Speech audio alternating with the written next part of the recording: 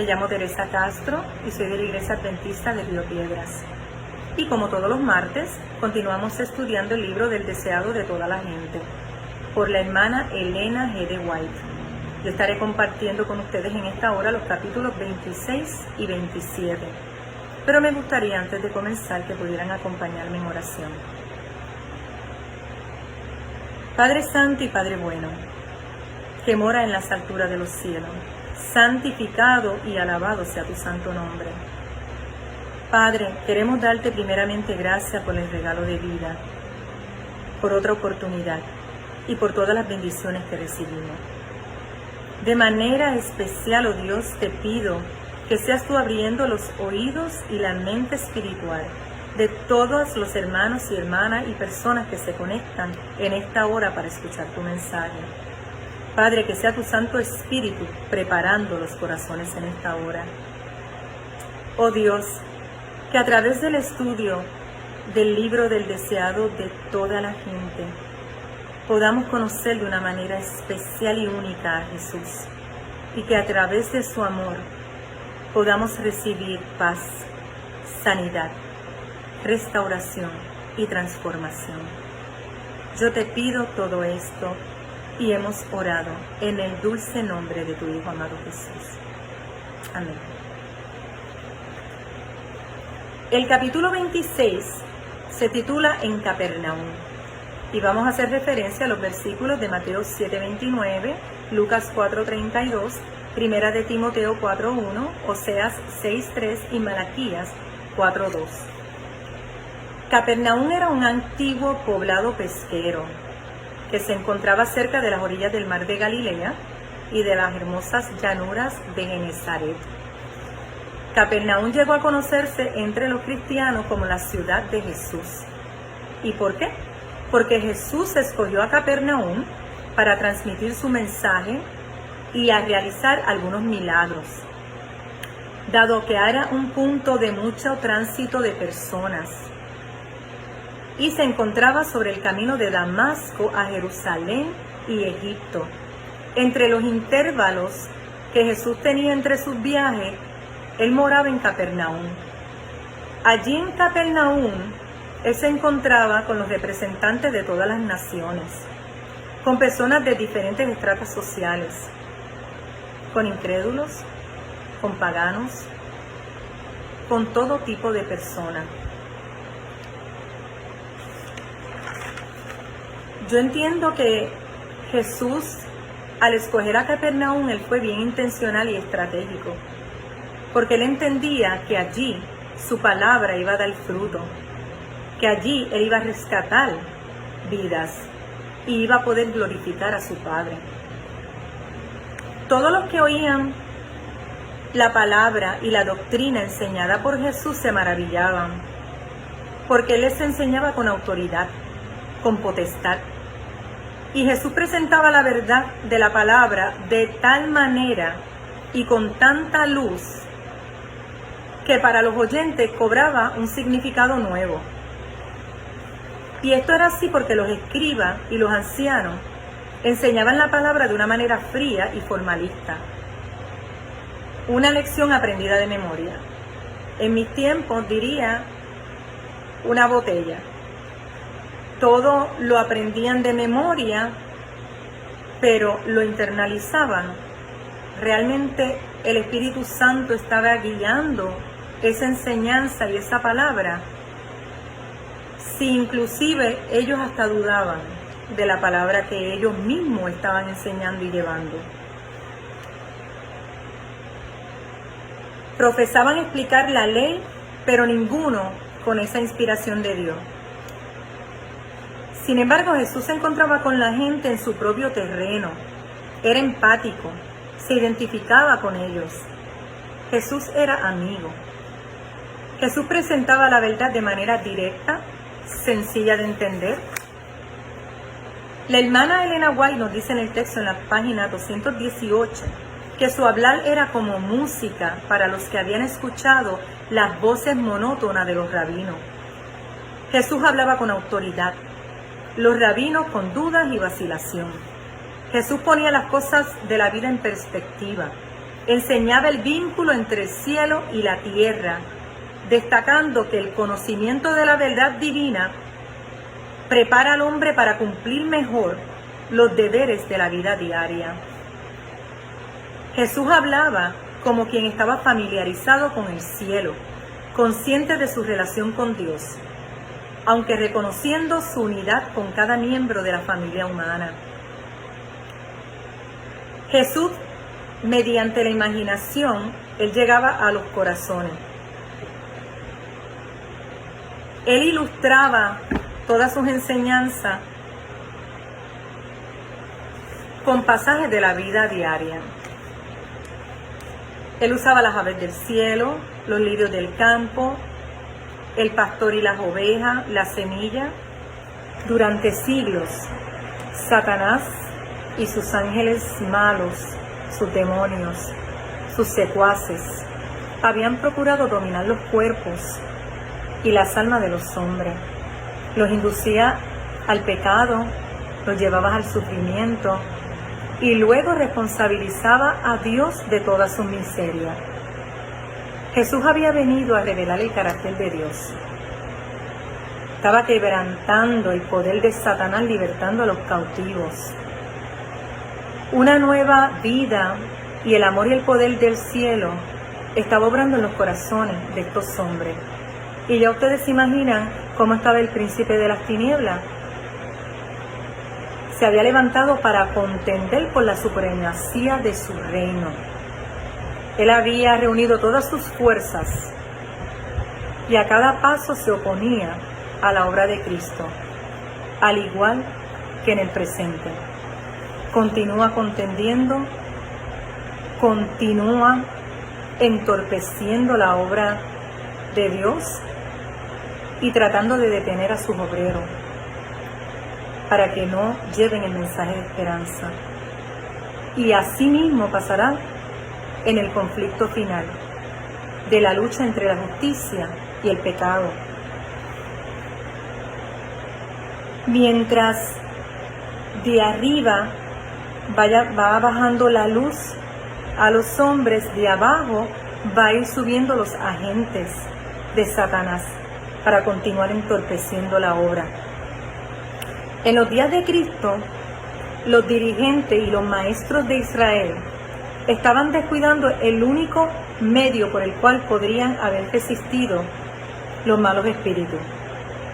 Y fue por la palabra de Dios como Cristo venció al maligno.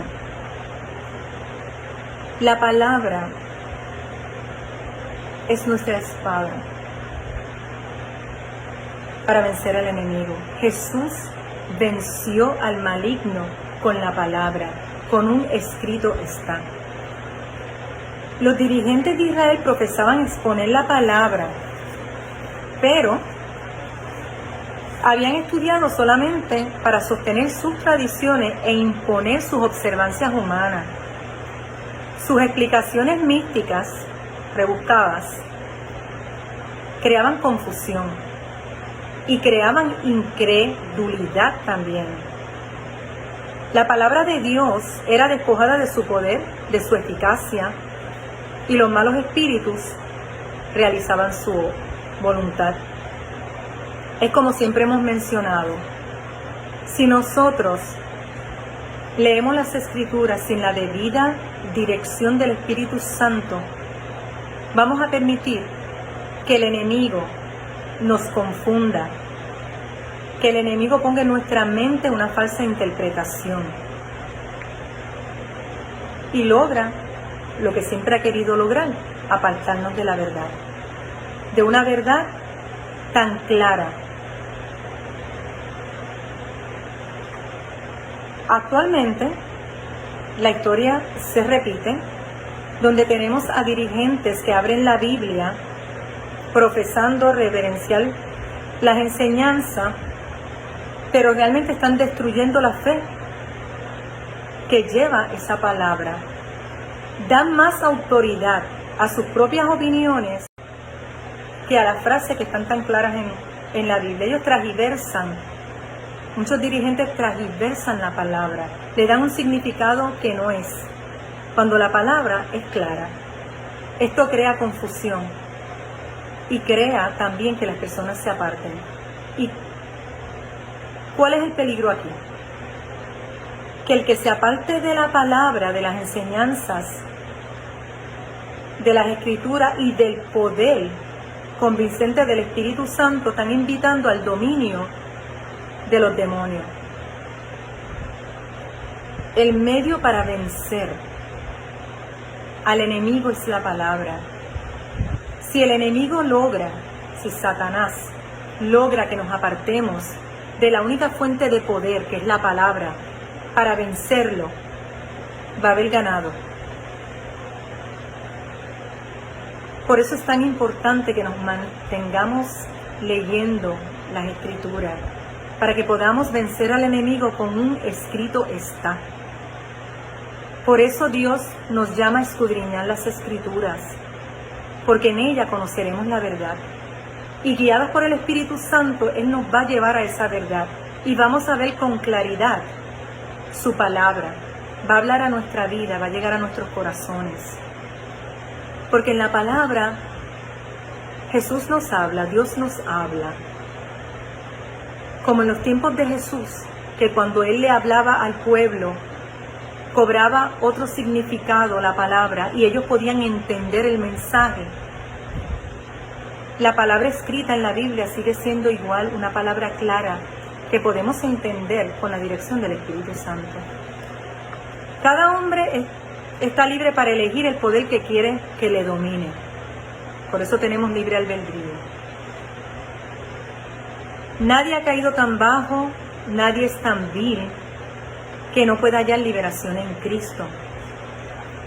Ningún clamor de un alma en necesidad, aunque no llegue a expresarse en palabra, quedará sin ser oído, como pasó con el endemoniado. La hermana White, en el último capítulo de la página 226, nos dice, y quiero leerles esto: la vida de Jesús ofrecía un marcado contraste con todo esto. En ella no había disputas ruidosas, ni cultos ostensivos, ni acto alguno realizado para obtener aplauso. Cristo se ocultaba en Dios, y Dios era revelado en el carácter de su Hijo. A esta revelación deseaba Jesús que fuese atraída la atención de la gente. El sol de justicia no apareció sobre el mundo en su esplendor para deslumbrar los sentidos con su gloria. Escrito está de Cristo, como el alba está aparejada su salida. Tranquila y suavemente la luz del día amanece sobre la tierra, despejando las sombras de las tinieblas y despertando el mundo de la vida. Así salió el sol de justicia, trayendo salud eterna en sus alas. Jesús, hermanos y hermanas, continúa libertando al cautivo y continuará hasta su segunda venida para reunirse con su pueblo. Continuamos con el capítulo 27, que se titula ¿Puedes limpiarme? Este capítulo está basado en el libro de Mateo, capítulo 8, los versículos del 2 al 4, capítulo 9, versículos del 1 al 8, y los versículos del 32 al 34.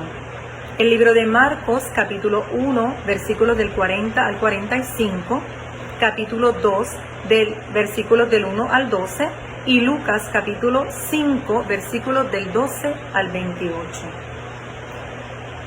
La lepra en el oriente era la más temida de todas las enfermedades, y la razón era porque era incurable, era contagiosa y era mortífera. Los judíos consideraban esta enfermedad como un castigo de Dios. El que la tenía había sido castigado, había recibido un azote de Dios. El dedo de Dios lo estaba señalando.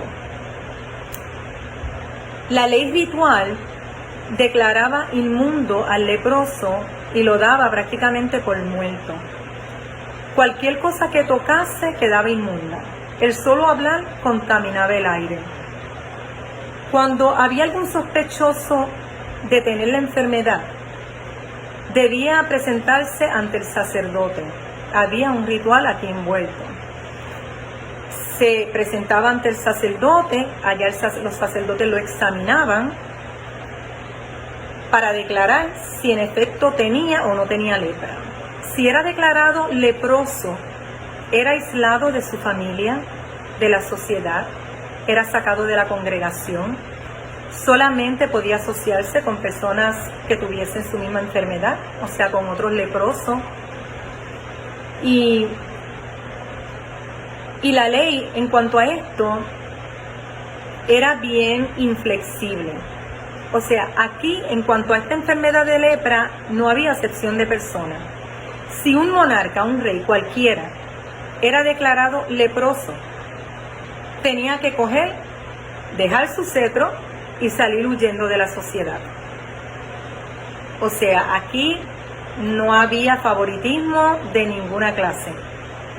A ese nivel llegaba el temor que había con esta enfermedad. El leproso estaba obligado a publicar su propia calamidad.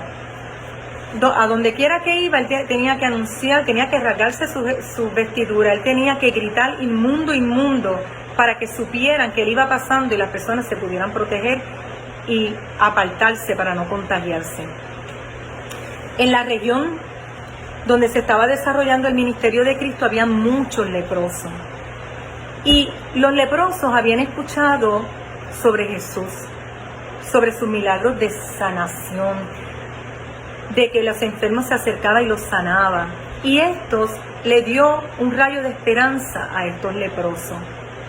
No obstante, era una realidad que tampoco habían escuchado que hubiera sanado a un leproso. Por lo tanto, ahí comienzan las interrogantes, las preguntas. En primer lugar, ¿cómo voy a llegar a donde Jesús? ¿Cómo voy a llegar? Porque era bien difícil, mucho obstáculo. O sea, soy inmundo, no me puedo acercar a nadie. ¿Querrá Jesús sanarme? ¿Querrá acercarse a mí, que soy considerado que mi enfermedad es un castigo de Dios? ¿Se rebajará Jesús a tener contacto conmigo? ¿Hará como los fariseos y los médicos que lo maldijeron? ¿Van a pronunciar algún tipo de maldición sobre mí? Y todas estas preguntas se las hacían, pero a la misma vez también habían escuchado de Jesús que no había ningún enfermo que se acercara a Jesús al cual Jesús rechazara o no lo curara. Todo enfermo que se acercaba a Jesús, Jesús lo curaba. Por lo tanto, en este pensamiento ya los leprosos estaban un poco más esperanzados. Así que este leproso del cual se trata la historia, él decide que no importa los obstáculos, los riesgos, todas las consecuencias, él iba a acercarse a la fuente de sanidad, que era Jesús. Porque él tenía fe en que él podía curarlo, porque iba a ser la excepción, si hasta el momento él no había hecho excepción con ningún enfermo. Así que él decide ir hacia Jesús. Y va hacia donde estaba Jesús, que él estaba a las orillas del mar, de un lago. Estaba allí hablando la palabra, enseñando, estaba sanando. El leproso llega a escuchar parte, se detuvo un rato, yo me imagino que pensando, doy el paso, no lo doy, quiero estar seguro si realmente vale la pena, yo pienso, ¿verdad? Él pensaría de arriesgarme al llegar hasta donde él con las consecuencias que puedo tener. Así que se detuvo lo suficiente como para escuchar a Jesús, para ver cómo sanaba a unos enfermos, para ver milagros, para ver cómo estas personas que habían sido sanadas lo alababan. Y esto lo llenó de coraje, le dio fe. Cuando hablo de coraje, ¿verdad? Es la valentía de acercarse a Jesús. Así que toma la decisión y dice, voy hacia allá. Así que comienza a caminar hacia Jesús. Y en ese momento solamente él está enfocado en Jesús y en que va a ser sanado. Así que yo me imagino que en ese momento que él va caminando, él se le olvida hasta que está en ese momento que no puede, que tiene que mantener un aislamiento.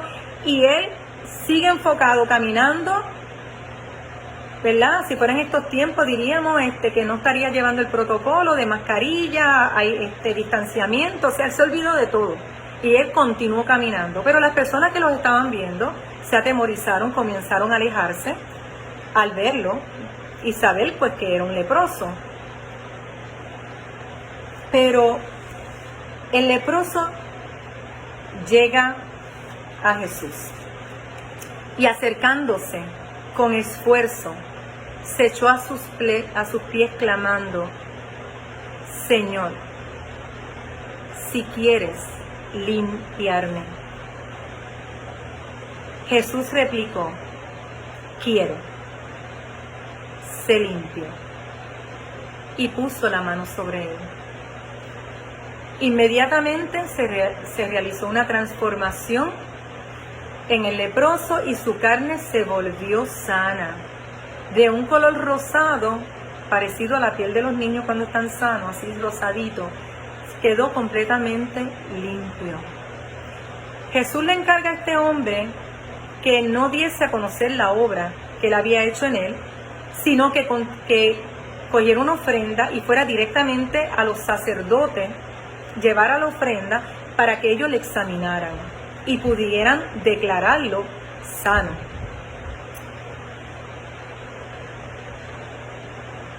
La idea de Jesús pedirle que no se detuviera en el camino, hablando sobre el milagro que acababa de ocurrir, él lo hacía con la intención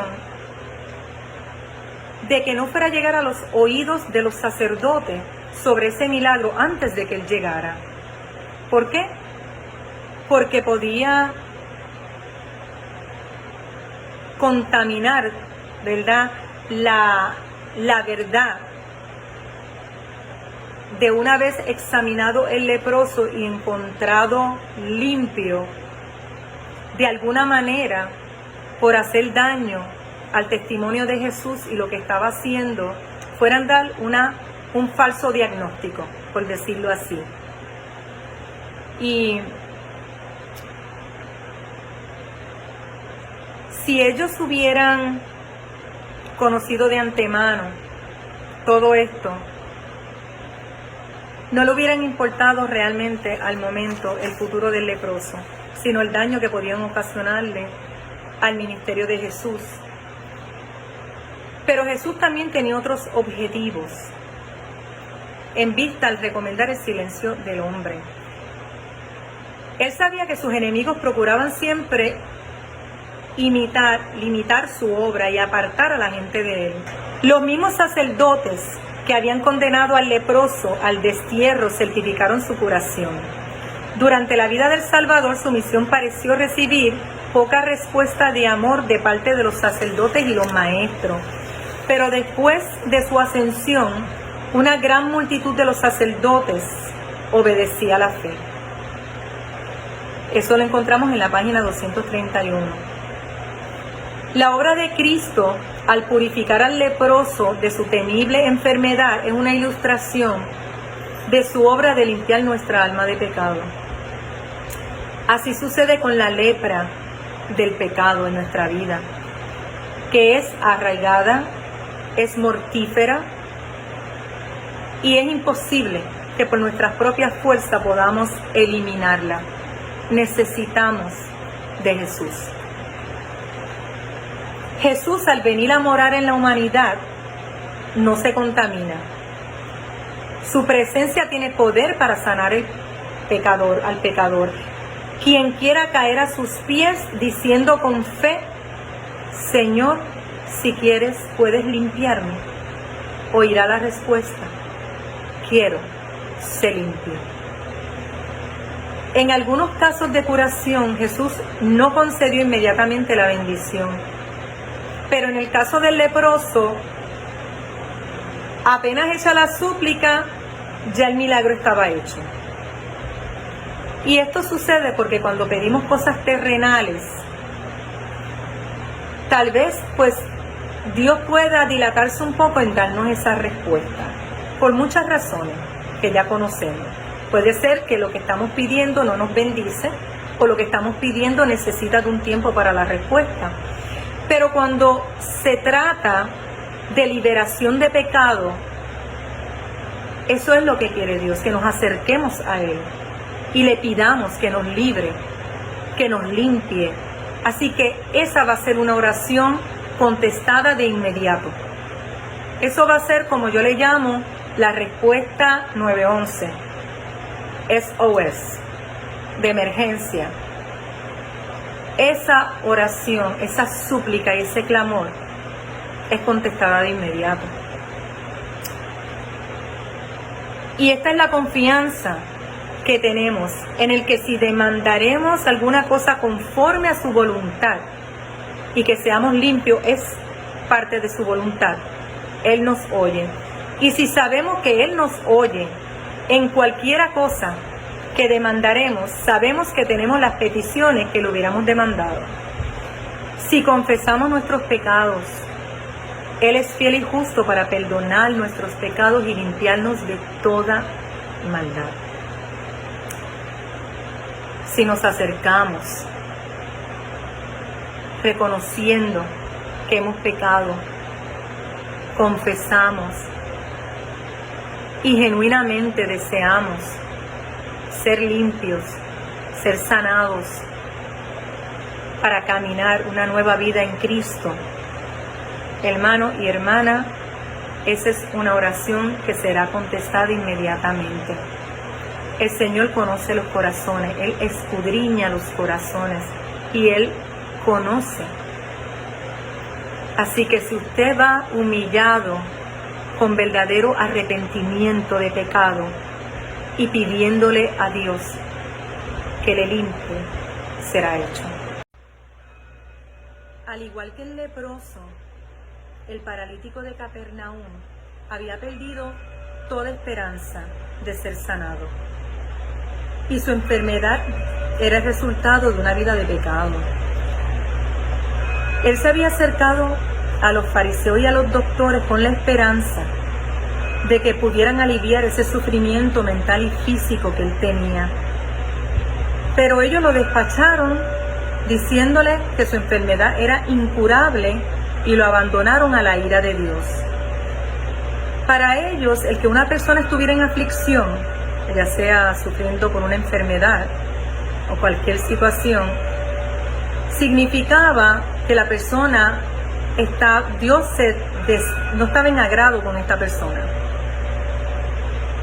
Y Dios no estaba contento con esta persona porque su enfermedad, su sufrimiento era producto de su pecado. Por lo tanto, Dios no podía estar contento con eso, según ellos. Por lo tanto, ellos se alejaban de toda persona enferma y menesterosa. Sin embargo, el paralítico de Capernaum, más que queriendo buscar una sanidad física, él quería ser libre de la carga de su pecado. Por eso él pensaba que si se acercaba a Jesús, él tenía la completa seguridad de que iba a recibir la paz y el perdón que él necesitaba. Fíjense, no la salud física, sino la paz que él necesitaba y el perdón que él necesitaba para librarse de toda esa carga que él tenía.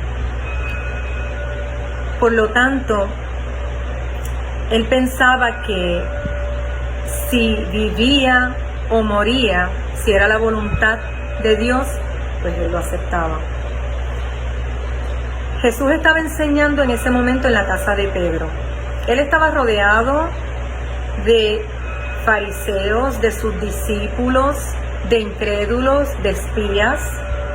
de todo tipo de personas y nacionalidades, estaban allí, de todas las naciones. La casa estaba llena, no había espacio. Y aquí vuelve la pregunta, al igual que el leproso, me imagino el paralítico, ¿y cómo llego yo a Jesús? Habían obstáculos para llegar a Jesús, no había manera de llegar a Él. Por lo tanto, sus amigos lo bajan por el techo. El espíritu de vida se cernía sobre la asamblea, pero los fariseos y los doctores no discernían su presencia, no sentían la necesidad alguna y la curación para ellos no era necesaria.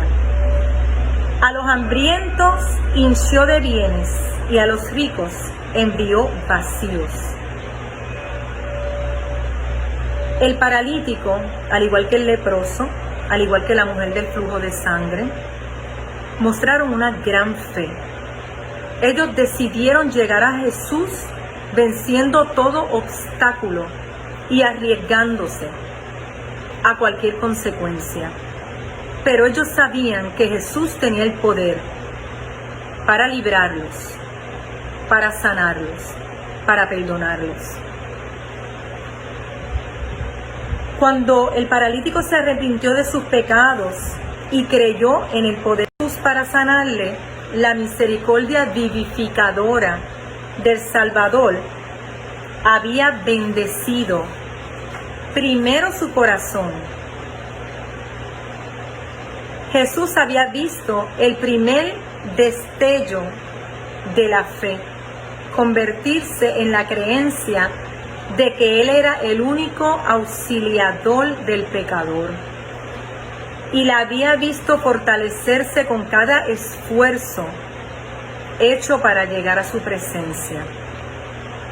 Ahora, con palabras que cayeron como música en los oídos del enfermo, el Salvador dijo: confía, hijo, tus pecados te son perdonados. Esa carga de desesperación se desvaneció del alma del enfermo. La paz del perdón penetró en su espíritu y resplandeció en su rostro. Su dolor físico desapareció y todo su ser quedó transformado. El paralítico impotente estaba sano, el culpable pecador perdonado.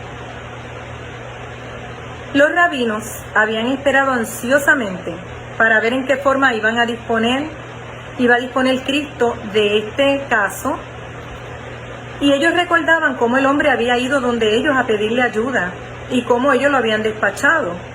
Pero en este momento se estaba realizando un milagro de sanidad, y aparte de eso, Jesús lo estaba declarando que sus pecados eran perdonados. Así que imagínense ellos como figura de representantes de Dios, y los doctores que están ahí para ayudar, para ser empáticos, para tener misericordia. Las personas que estaban allí, los oyentes, los que estaban escuchando a Jesús, habían sido testigos, había muchos testigos ahí de cómo ellos habían tratado al paralítico. Así que, ¿cómo hacemos, pensaban ellos, para calmar los sentimientos que pueden aflorar de toda esta situación? Así que ellos pensaron que tenían que detener esta situación. Dijeron en su corazón: blasfemia, dice. ¿Quién puede perdonar pecados sino solo Dios? Así que vamos por ahí. Ha blasfemado. Tenemos una causa. Fijando en ellos una mirada bajo la cual se atemorizaron y retrocedieron, Jesús dijo: ¿por qué pensáis mal en vuestros corazones? ¿Por qué? ¿Qué es más fácil decir? ¿los pecados te son perdonados? O decir: levántate y anda. Pues para que sepáis que el Hijo del Hombre tiene la potestad para perdonar pecados, le dice entonces al paralítico: levántate, toma tu cama y vete a tu casa. El paralítico halló en Cristo curación, tanto para el alma como para el cuerpo. La curación espiritual fue seguida por la restauración. Hay hoy día miles que están sufriendo de enfermedad física y, como el paralítico, están anhelando el mensaje: tus pecados te son perdonados. La carga de pecado, con su intranquilidad y deseos no satisfechos, es el fundamento de sus enfermedades. No pueden hallar alivio hasta que vengan al médico del alma. La paz que Él solo puede dar impartirá vigor a la mente y salud del cuerpo. Jesús vino para deshacer las obras del diablo. En Él estaba la vida y Él dice: yo he venido para que tengan vida y para que tengan en abundancia. Él es un espíritu vivificante y tiene todavía el mismo poder vivificante que mientras estaba en la tierra, sanaba a los enfermos y perdonaba al pecador. Él perdona todas tus iniquidades y Él sana todas tus dolencias. Los rabinos estaban desconcertados y avergonzados y reconocieron, aunque no lo confesaban, la presencia de un ser superior. Cuanto más convincente era la prueba de que Jesús tenía en la tierra poder de perdonar los pecados, tanto más firmemente se atrincheraba en la incredulidad. Salieron de la casa de Pedro, donde habían visto al paralítico curado por la palabra de Jesús, para inventar nuevas maquinaciones con el fin de hacer callar al Hijo del Hombre, al Hijo de Dios, perdonen. La lepra y la parálisis no eran tan terribles como el fanatismo y la incredulidad. Dios quedó glorificado por medio de su Hijo, que había devuelto la esperanza al desesperado y fuerza al abatido. Este hombre y su familia estaban listos para poner su vida por Jesús. Ninguna duda enturbiaba su fe, ninguna incredulidad manchaba su lealtad hacia aquel que había impartido luz a su obscurecido hogar. Hermanos y hermanas, el mismo Jesús que hizo milagros, que sanó, que restauró, que perdonó,